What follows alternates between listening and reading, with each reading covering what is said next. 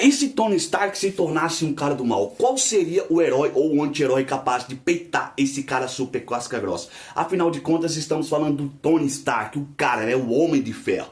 E aí, será que existe alguém capaz de fazer frente a esse herói super casca grossa? É justamente esse vídeo que a gente vai trazer pra vocês aqui, o assunto da vez, ok? Se Tony Stark se tornasse um cara do mal, será que ninguém bateria esse cara? Por isso que nós vamos esclarecer pra vocês quais são os caras mais prováveis a fazer frente a esse herói super casca grossa, que realmente é um cara incrivelmente insano no quesito tecnologia, ciência, cara, biociência, inteligência, cara, o Tony Stark ele é tudo.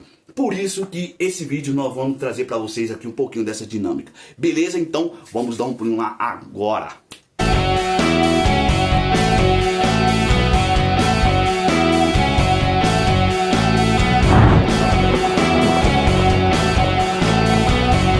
Dom Coutinho na área, galera. Antes da gente começar esse vídeo beleza, vamos fazer aquele ritual padrão. Eu vou pedir para que você se inscreva humildemente no nosso canal, ative o sininho de notificação e venha fazer parte da nossa equipe que está crescendo graças a vocês, galera. Estamos rumo a 1000 inscritos e o canal Nerd Manchete está crescendo, cara. Vocês estão em outro nível. E no estúdio aqui improvisado, nós vamos trazer esse vídeo para você. E se Tony Stark se tornasse um cara do mal, quem seria o cara, né? Qual seria o herói ou o anti-herói capaz de fazer frente a esse cara super casca grossa? A gente vai começar com ele, o Hulk, o poder infinito mais limitado inicialmente, ok? A gente vai limitar o poder do Hulk aqui.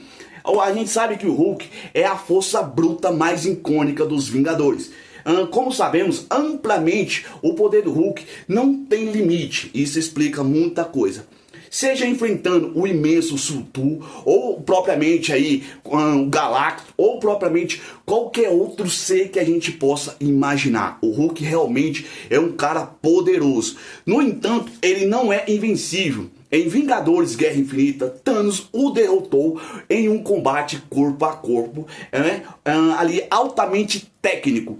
Cara, realmente quando a gente fala do Hulk, essa icônica cena não sai, a gente fala do Hulk, mas essa icônica cena ficou eterna, essa surra incrivelmente que até hoje ninguém consegue engolir.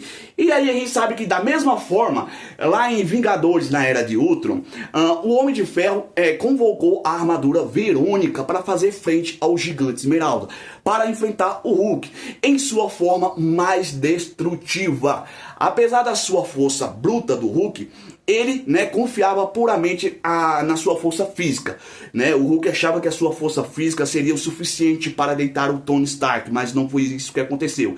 Enquanto o Tony Stark utilizava ali a capacidade de reparar e reabastecer continuamente a sua armadura, foi aonde ele conseguiu deitar o Gigante Esmeralda.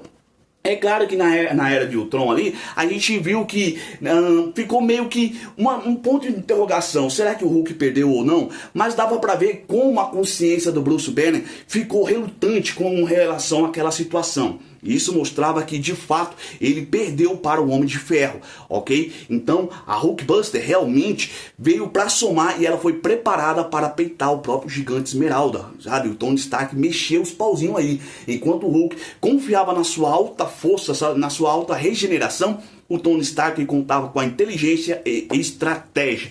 Exatamente. Aí a gente vai pro segundo convidado, né? O segundo a ver se consegue, né, deitar o Homem de Ferro. Ele, o Thor, exatamente, o deus do trovão.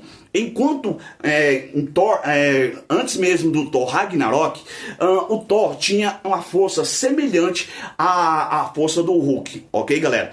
Isso a gente pode já, né, perceber lá em Thor Ragnarok. Muito antes mesmo do Thor Ragnarok, a força do Hulk era semelhante, do Thor era semelhante à do Hulk, ok? Porém, após dominar o poder do trovão e empunhar o machado Stormbreaker, o Thor teve consideravelmente um upgrade de força significativa. Cara, realmente o poder do Thor ficou surreal, ficou incrivelmente insano. E aí a gente viu que após ele, né, empunhar o Stormbreaker, ele realmente conseguiu esse feito. Em teoria, ele supera, ok? Ele supera muito o Homem de Ferro no combate mano a mano.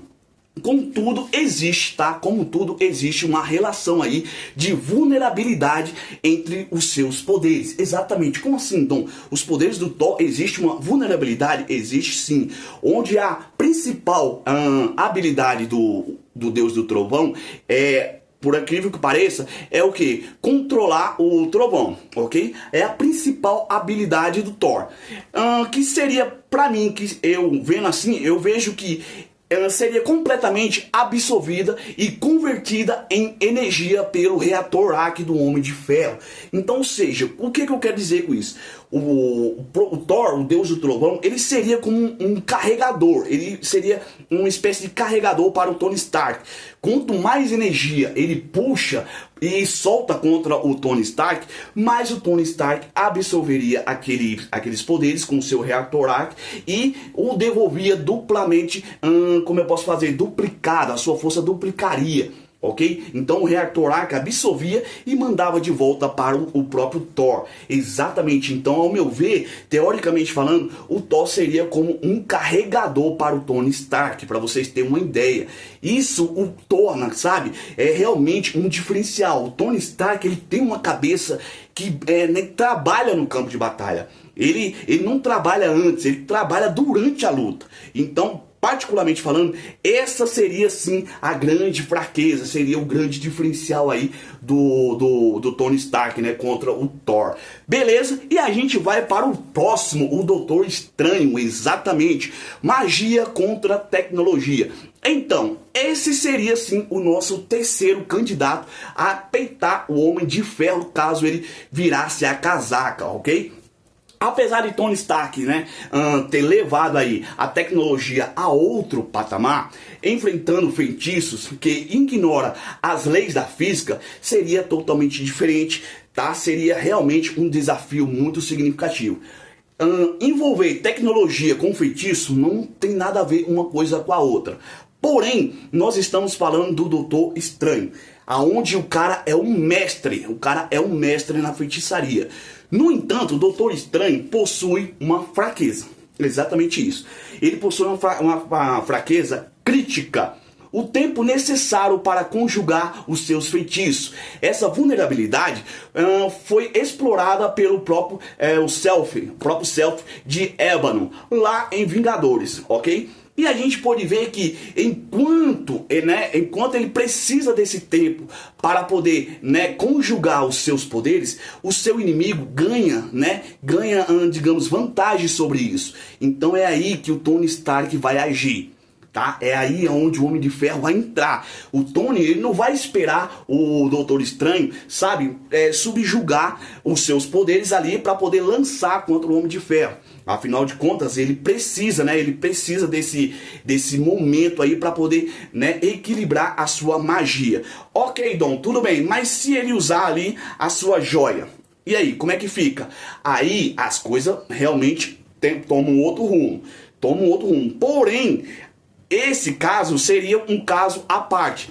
Desde que Tony Stark tenha consciência de que ele iria usar a sua joia do poder, é claro que ele iria usar, contra o próprio Doutor Estranho. Afinal de contas, o próprio Tony Stark, ele está sempre um plano à frente de qualquer inimigo ou qualquer aliado que seja. Ele é como um Batman, ele é como, o Batman que tem ali um plano de contingência para todos os heróis e todos os vilões que existem.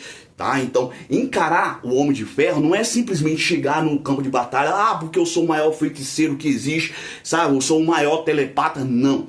É simplesmente trabalhar e estudar estratégia para poder derrubar o Homem de Ferro. Exatamente. E por fim, nós temos aí a Feiticeira Escarlate, a própria Wanda Maximoff. Exatamente.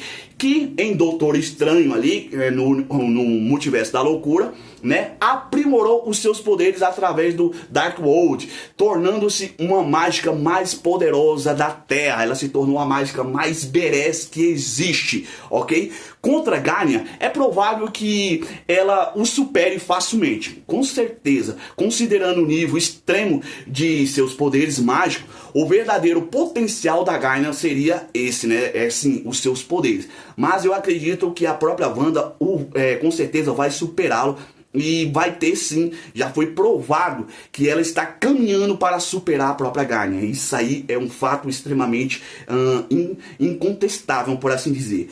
Porém, ela é uma grande candidata, né, a derrubar, a peitar e parar o Homem de Ferro. Exatamente, pelos seus poderes aí, mágicos e devido às suas habilidades. Mas aí eu vou deixar um extra aqui, tá? Já que a gente falou da última candidata, que é essa feiticeira poderosíssima, a própria WandaVision. Então o que acontece? A gente não pode levar em consideração tudo que a gente viu no cinema, ok? Por quê?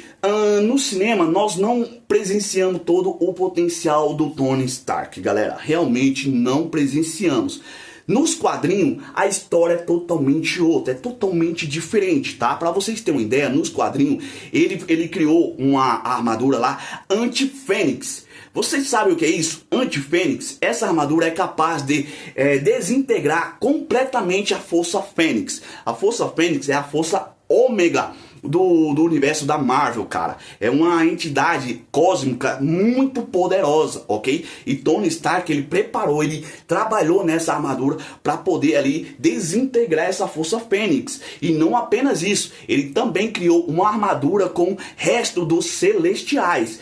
Então, nas HQ, a gente tem mais uma profundidade com relação à tecnologia do Homem de Ferro. A gente vê que ele aproveita mais esse cenário e todos esses recursos, ok? Nas HQ é uma coisa, no cinema é outra. Então, especificamente, esse vídeo estamos se baseando no cinema, ok? Estamos se baseando no cinema. Nas HQ é uma outra história, ok? As coisas mudam e a gente tem sim o upgrade de cada personagem com alto nível de relevância.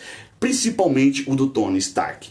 E aí, você concorda que um desses personagens aqui fazeria frente, bateria o Homem de Ferro, caso ele virasse a casaca? Comentem aí que a gente vai adorar saber. E claro, a sua participação é muito especial aqui, por isso comentem, compartilhem nossos vídeos e sintam-se em casa, porque o canal é de vocês, galera.